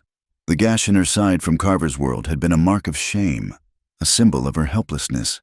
This new injury, earned in a frantic, selfless act to save a child, felt strangely clean. It was a scar she had chosen, and in the quiet, dusty world of the Colton Ranch, it became a turning point. Jack's words, "You don't have to prove anything anymore," had not been a declaration, but a release. He had unlocked a cage she hadn't realized she was still in. She was no longer the desperate refugee, the charity case, the woman on probation. She was simply Mara, and Mara, she was discovering, was a capable woman. The rhythm of the seasons became the rhythm of her life. The sun was no longer an enemy to be outrun, but a clock by which she planned her day. She learned to read its angle in the sky, to know when to bring the laundry in, when to start the evening meal. The wind was no longer a mournful, lonely sound, but a messenger that told her whether a storm was brewing in the distant mountains.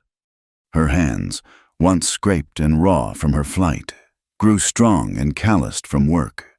She learned the heft of a full water bucket, the precise way to chop kindling so it split clean, the feel of healthy dough beneath her palms.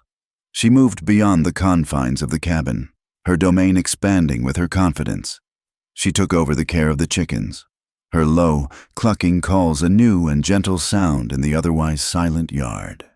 She learned the garden, not just as a chore, but as a conversation with the earth. She discovered which plants drooped in the afternoon heat and needed a little extra water, which ones were prone to the blight that crept in on damp mornings. Jack watched her, a silent observer. He saw the way she moved now, with a purpose and an economy of motion that mirrored his own. She no longer walked with the hesitant, uncertain steps of a guest. She walked as if she belonged on this land, as if her feet knew the feel of its dusty soil. He would come in from a long day of riding the fence line, exhausted and covered in grime, and the cabin would no longer be a silent, empty shell. It would be filled with the smell of baking bread or a simmering stew. A fire would be banked in the hearth. It was a small thing, but after 3 years of coming home to a cold, quiet house, it felt like a miracle. The silence between them changed, too.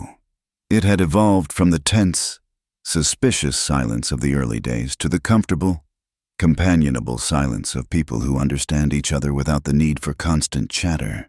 They could sit on the porch in the evenings, watching the sun set the sky on fire, and the lack of conversation was not an absence, but a shared peace.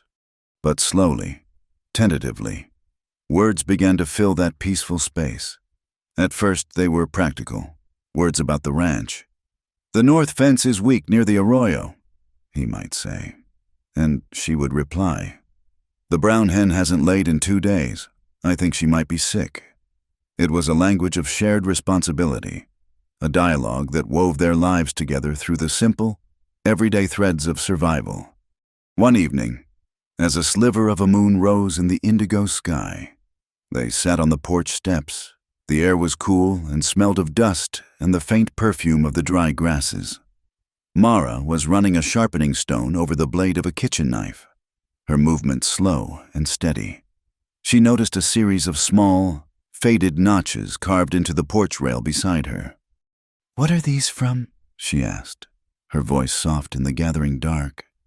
Jack was silent for a long moment, staring out at the plains. Mara thought perhaps he hadn't heard her. Then he spoke, his voice a low rumble. "Martha," he said. The name fell between them, heavy and solid. She was marking Eli's height on his birthday. He pointed to the lowest notch, barely visible in the twilight. "That was his first, and this one," he touched the highest, was the last one she made, a week before she got sick. It was the first time he had ever spoken his wife's name to her. Mara's hand stilled. She held her breath, knowing this was a sacred moment, a door being opened into the most private, painful room of his heart. She said nothing. She just listened.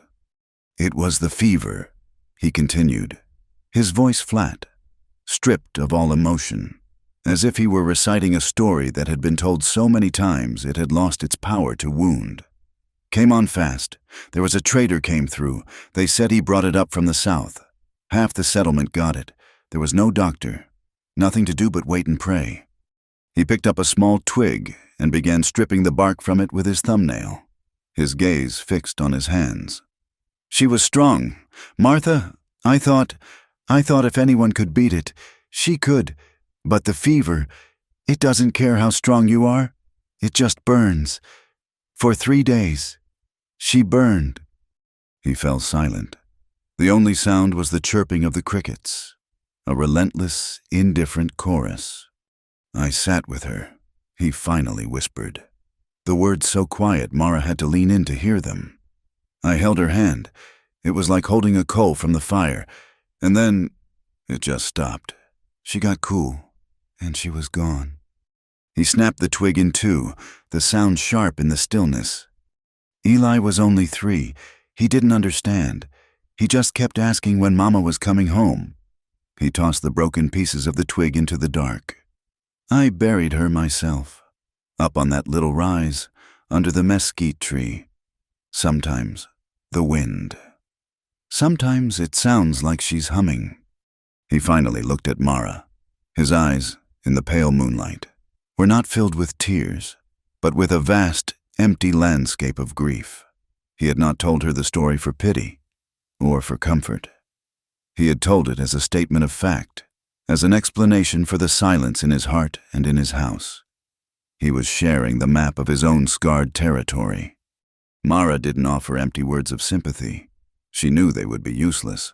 Instead, she reached out and, for the first time, she touched him. She laid her hand gently on his forearm. It was a simple, fleeting gesture, a silent acknowledgement of his pain, a quiet promise that he was no longer the sole keeper of the memories in this house. He did not pull away. He simply sat there, allowing her touch, a small point of warmth in the cool of the evening. The meal the next night was different. It wasn't the food, the same simple stew and cornbread they ate most nights. It was the air around the table. Before, their dinners had been functional. 3 solitary people eating in the same room. But tonight, something had shifted. The confessions of the previous evening had cleared the air, leaving behind a new and fragile intimacy. Eli, chattering about a lizard he had seen near the water trough, was the center of it. He looked from his father's face to Mara's, including them both in his story, confident of their shared attention. Jack, instead of retreating into his usual weary silence, listened, a rare, faint smile touching the corners of his mouth, and Mara, watching them, felt a warmth spread through her that had nothing to do with the heat from the hearth. The lantern on the table cast a warm, golden glow, softening the hard lines of the cabin, smoothing the weary lines on their faces. It created a small, intimate island of light in the vast darkness of the world outside. In that circle of light, they were not a lonely man, a runaway woman, and a motherless child. They were just 3 people, sharing a meal, sharing a story.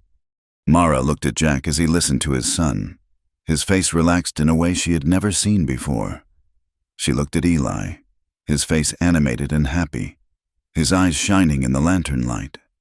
She looked at the worn wooden table, the chipped plates, the simple, nourishing food, and a word she had not dared to even think for years, surfaced in her mind. Home. The feeling was so powerful, so unexpected. It was almost painful. It was a deep, resonant chord of belonging that vibrated through her entire being. She had to look down at her plate to hide the sudden rush of tears to her eyes. After the meal, after Eli had been put to bed, they worked together to clean the plates, their movements easy and synchronized in the small space.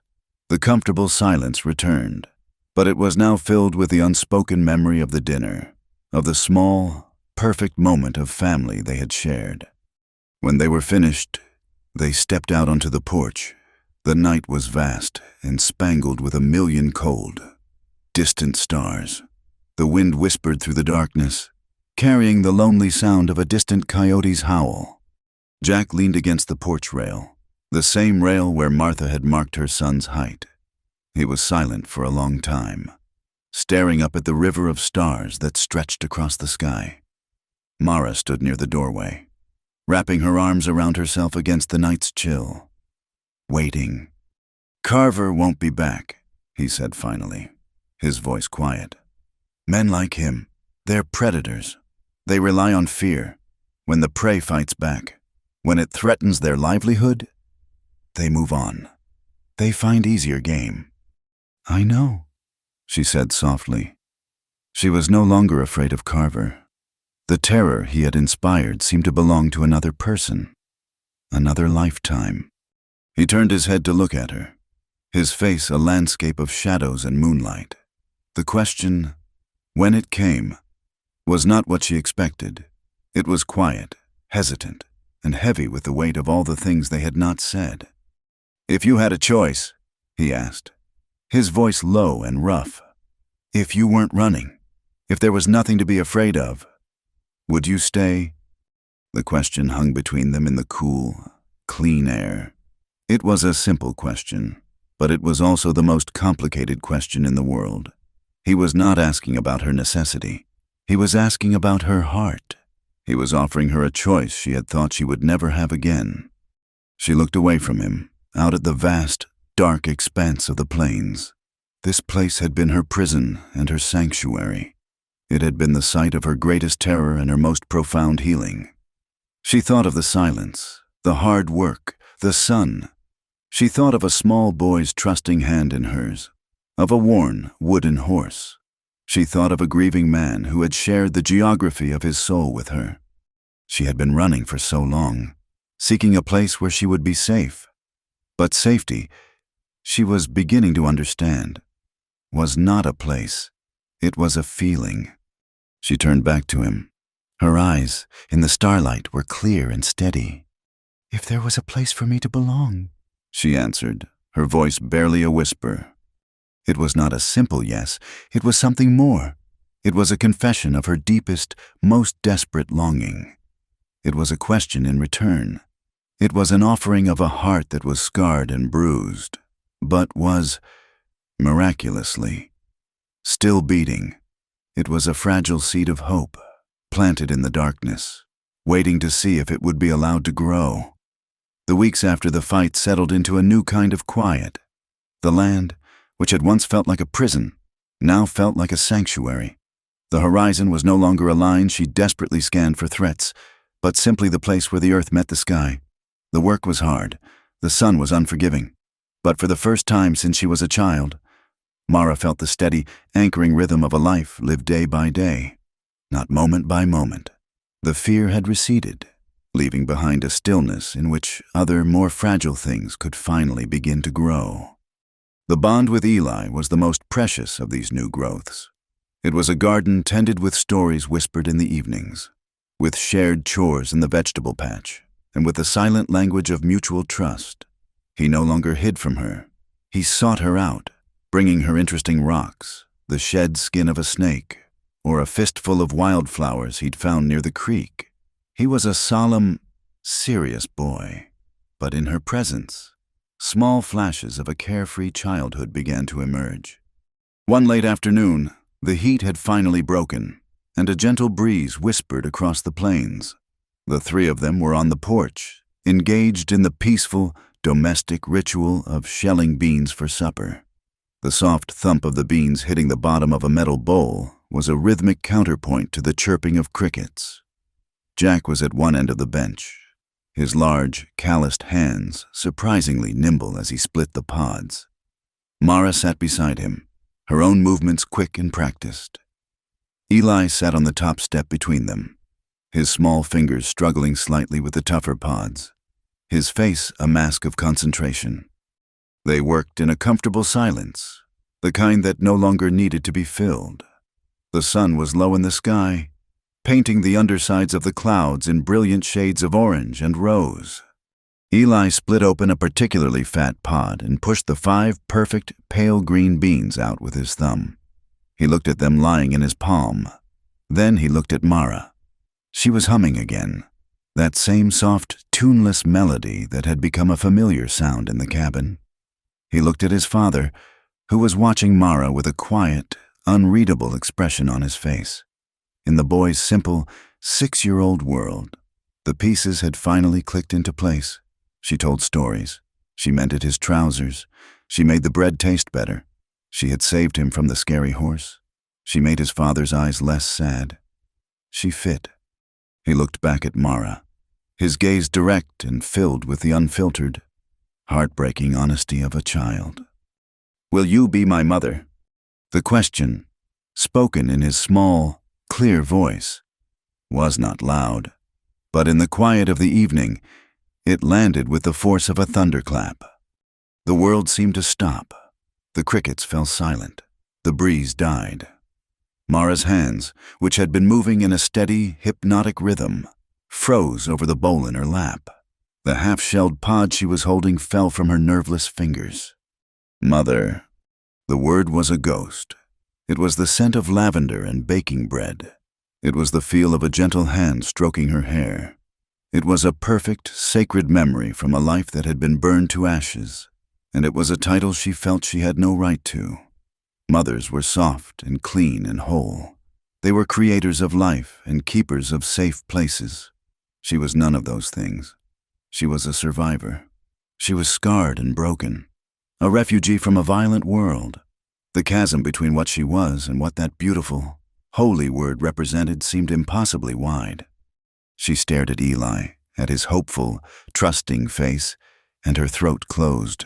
She wanted to say yes, God, how she wanted to say yes. She wanted to scoop him into her arms and promise him she would be everything he needed, that she would protect him and love him and never, ever leave him. But the words wouldn't come. A promise to a child was the most sacred promise of all, and it was not a promise she felt she could make. She was a fraud. She was playing a part in a life that wasn't hers. To accept the title of mother felt like the ultimate lie. Jack's hands had also stilled. He was watching her, his face carefully neutral, but she could see a tension in the set of his jaw. He was not just hearing his son's question. He was watching her answer. The fate of this fragile piece, of this new and tentative thing they were building, seemed to hang on the words she could not find. She opened her mouth, but only a small, breathy sound came out. She looked at Eli's expectant face, and her heart felt like it was breaking in two. She couldn't lie to him, but she couldn't bear to tell him no. She gave a small, helpless shake of her head, not in negation, but in confusion. She stood up abruptly, the bowl of beans tipping precariously in her lap.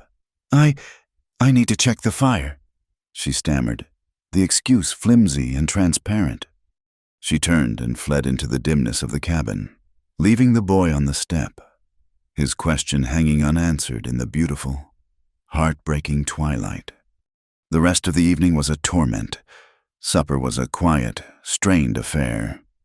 Eli was subdued, his earlier hopefulness replaced by a quiet, hurt confusion. Jack said nothing, but the silence between him and Mara was no longer comfortable. It was stretched thin and tight, like a wire about to snap. After the meal, Mara pleaded a headache and retreated to her small room, but she did not sleep. She lay on her cot, staring into the darkness, the boy's question echoing in her mind. "Will you be my mother?" It was a plea, a prayer, an offering, and she had met it with silence and flight. She felt a familiar, bitter wave of self-loathing wash over her. She was a coward. She had run from Carver, and now she was running from the love of a small boy. Hours later, the cabin was still and dark. The moon had risen, casting pale, ghostly light through her small window. She could not bear the confines of the room any longer. She rose and, pulling a shawl around her shoulders, slipped out of her room. The main room was empty. A single lantern was missing from its hook by the door. She knew where he would be. She opened the door to the porch, and the cool night air was a relief on her hot face. He was there, sitting on the top step, just as she had known he would be. The lantern sat on the porch beside him, casting a small, lonely circle of light. A tin mug of coffee was cradled in his hands. He was staring out into the vast, silvered darkness. He did not seem surprised to see her. He didn't even turn his head.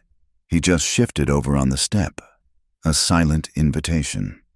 She sat down beside him, a careful distance between them, and pulled her shawl tighter. For a long time, they just sat in silence, two solitary figures in the immense, star-dusted night. The only sounds were the distant howl of a coyote and the soft sigh of the wind. It was Mara who finally broke the silence. Her voice was low and unsteady, the sound of a woman confessing a terrible crime.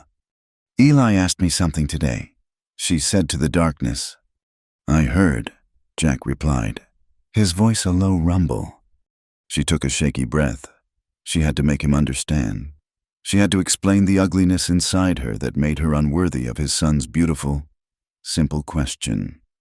"I ran away from him, Jack," she whispered, her voice thick with shame. "I ran away from a 6-year-old boy, just like I ran from everything else." "You had your reasons," he said, his voice still flat, non-judgmental. "Reasons," she repeated, a bitter, humorless laugh escaping her. "I have 1,000 reasons, and they all add up to the same thing." She turned to look at him, her face pale and earnest in the lantern light. "I don't know how to be a wife," she said, the words a raw, painful admission. "And I don't know how to be a mother." She looked down at her hands, twisting a loose thread on her shawl. "My mother, she was gentle. She smelled like baking bread and sunshine. She never raised her voice. She knew how to heal things: a scraped knee, a broken bird's wing, a sad heart. She was good, and I am not." Her voice dropped even lower, becoming a torrent of whispered insecurities. "I'm not gentle. Jack, I'm a survivor. I know how to run, how to hide, how to lie. I know what a man's fist feels like. I know how to be scared. That's all I know. What kind of a mother is that? What could I possibly teach him? I'm damaged. I'm broken. To let him call me his mother feels like I'm trying to steal something pure and put it in a dirty pocket." She finally ran out of words. Her confession left hanging in the cool night air. She felt empty, exposed, waiting for his judgment. She expected him to nod, to agree. She expected him to tell her she was right, that she didn't belong here, that she should move on. Jack was silent for a long time. He took a slow sip of his coffee, his gaze fixed on the horizon. When he finally spoke, his voice was quiet, but it cut through her shame with a clean, simple clarity. "I don't need a wife," he said. The words stunned her. She looked at him, confused. He turned his head to meet her gaze, his eyes clear and steady in the lantern light. "Martha was my wife, and I loved her. I buried her on that hill, and a part of me is buried there with her. I'm not looking for a woman to come in and fill her shoes. Her shoes can't be filled." He set his coffee mug down on the porch with a soft click. "I'm not looking for a housekeeper. You and I, we both know how to run this place. I'm not looking for a cook. My son and I have survived on my cooking for 3 years. We'd manage." He paused, letting the words settle. "I don't need a wife. Mara, I don't even know what that word means anymore. I just know that this house was a cold and silent place for 3 years, and it's not silent anymore. I know my son was a sad, old man in a boy's body, and I've seen him smile more in the last few weeks than he has since his mother died." He looked at her, his expression more open, more vulnerable than she had ever seen it. "I don't need a wife," he repeated, his voice dropping to a rough whisper. "But Eli needs you. And I think—" He hesitated, as if the words were foreign and difficult. "I think I do too." He stood up and went into the cabin. Mara sat frozen on the step, her mind reeling, her heart pounding a frantic, hopeful rhythm against her ribs. He returned a moment later. He knelt in front of her. So they were at eye level. "But if you want," he said, his voice low and steady, "if you think you could belong here, I have a ring." He opened his hand. Lying in the center of his calloused, dirt-stained palm was a simple, thin gold band. It was not ornate or fancy. It was worn smooth with age, glowing with a soft, warm light of its own in the lantern's gleam. It was the plainest, most beautiful thing she had ever seen. Mara stared at the ring, then at his face. Tears she hadn't realized she was holding back began to well in her eyes, blurring the lantern light into a golden halo around his head. All her arguments, all her feelings of unworthiness, all her carefully constructed reasons why this could never work, they all dissolved in the simple, profound honesty of his offer. It was not a grand, romantic proposal. It was not a promise of an easy life. It was just an acknowledgement, a simple, solid, undeniable truth. It was a choice. It was a home. A sound escaped her, a sound that was half a sob and half a laugh. The tears spilled over, tracing clean paths through the dust on her cheeks. She looked from the ring to his earnest, hopeful face, and a real watery smile broke through her tears. "How long have you had that ready?" she whispered. There was no ceremony, no preacher, no white dress, no gathering of smiling neighbors. Their wedding was a quiet, unadorned fact, as solid and unpretentious as the log walls of the cabin they now shared. A traveling circuit judge, a weary man with dusty clothes and kind eyes, had passed through on his way to Prescott. He'd performed the service on the porch, with the vast, silent plains as their witness and a solemn Eli. clutching the wooden horse traveler, as their only guest. The judge had accepted a hot meal and $2 for his trouble, signed the paper that made them man and wife, and ridden on, a transient figure in the story of their new life. And then he was gone, and they were alone. The sun set, the chores were done, and a new kind of silence descended on the small ranch. It was not the silence of loneliness or the silence of caution. It was the quiet, humming silence of a beginning. Their wedding night had no flowers, no fine linens, no celebratory feast. There was only the familiar, comforting warmth of the hearth, the low flame casting dancing shadows on the walls.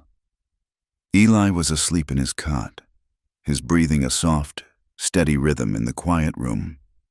Jack had poured 2 small glasses of a raw, potent corn liquor he kept for medicinal purposes, its sharp, fiery taste a stark contrast to the gentle mood. They sat at the small wooden table, the lantern between them casting a warm, intimate glow.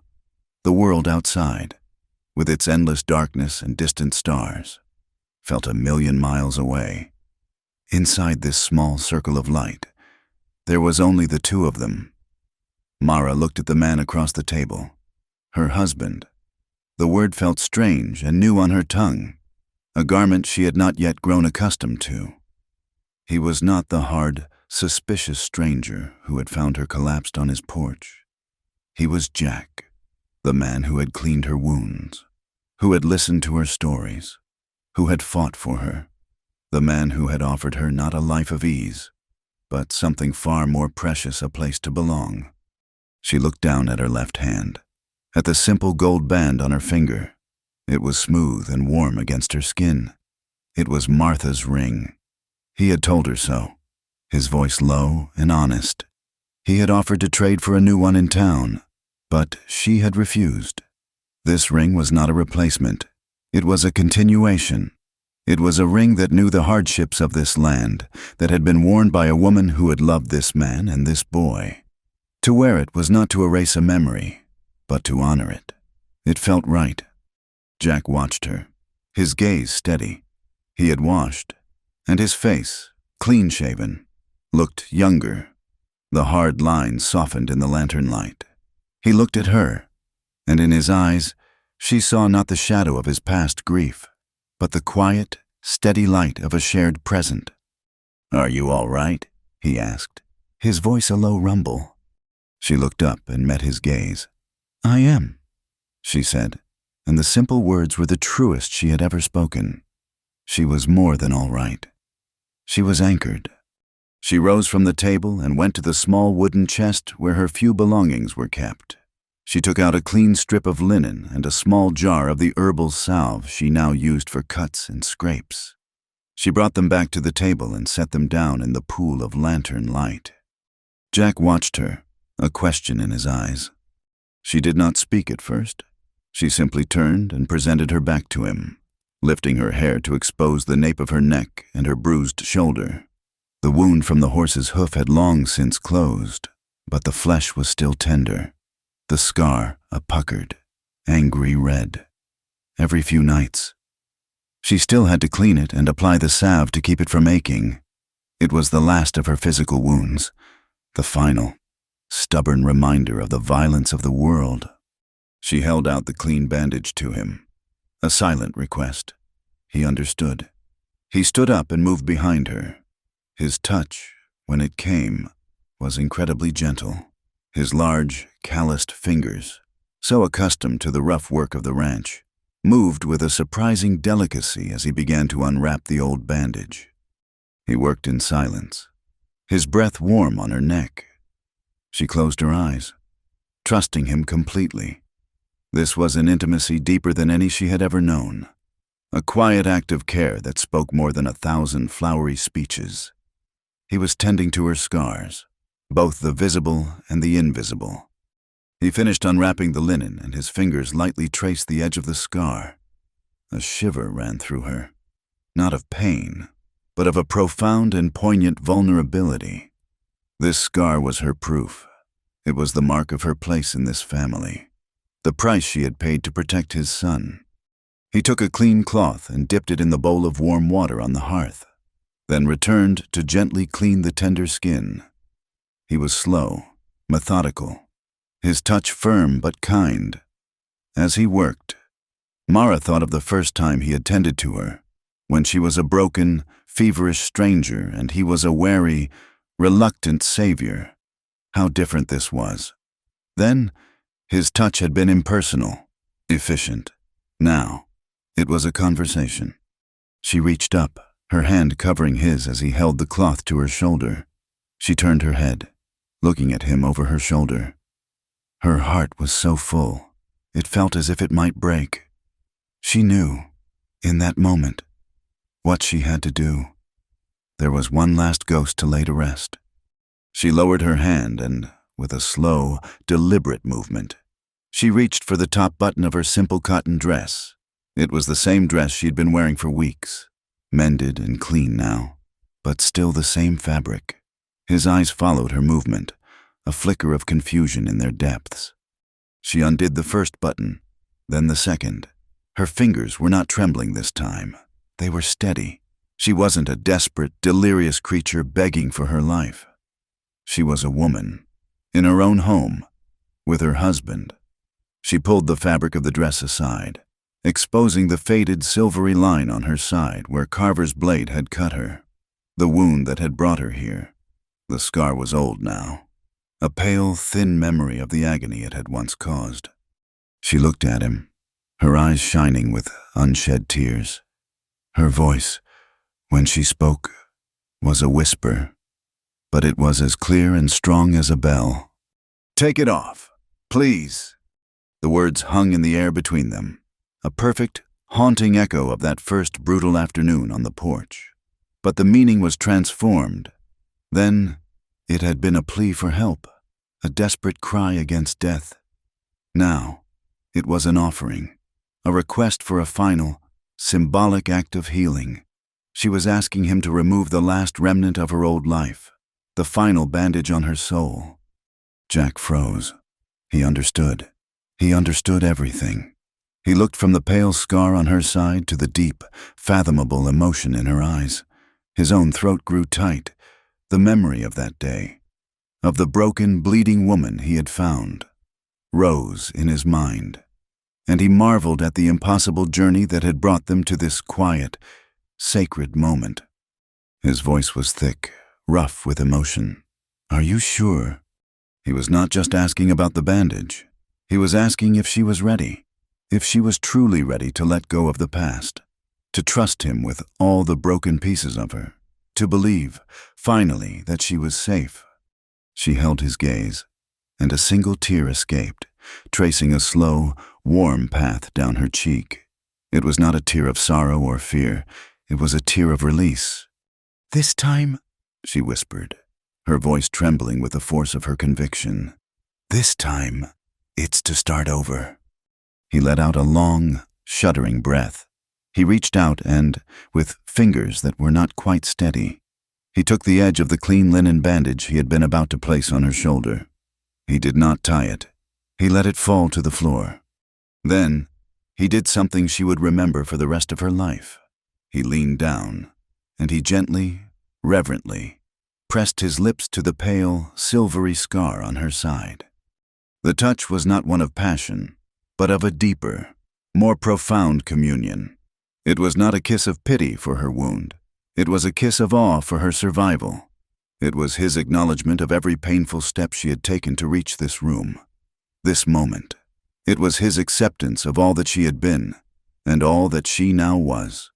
In that single, gentle press of his lips against her scarred skin, he was telling her that he saw her, all of her, and that she was beautiful. A sob broke from her then, a sound of pure, unadulterated release. She turned in his arms, burying her face in the rough cotton of his shirt, and he held her, his strong arms wrapping around her, holding her tightly, as if he could physically protect her from all the ghosts of her past.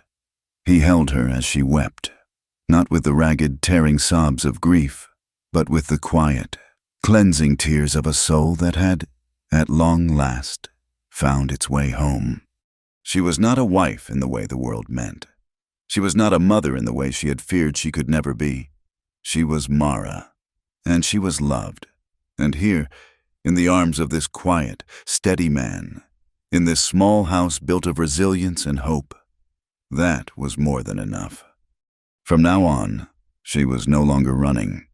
Thank you so much for listening to our story. We'd love to know where in the world you're tuning in from, so please drop a comment below to share your location and your thoughts. If you enjoyed this tale, please subscribe to our channel, Wild West Stories 1850. Give this video a like, and support us further by hitting the hype button to help this story reach more listeners.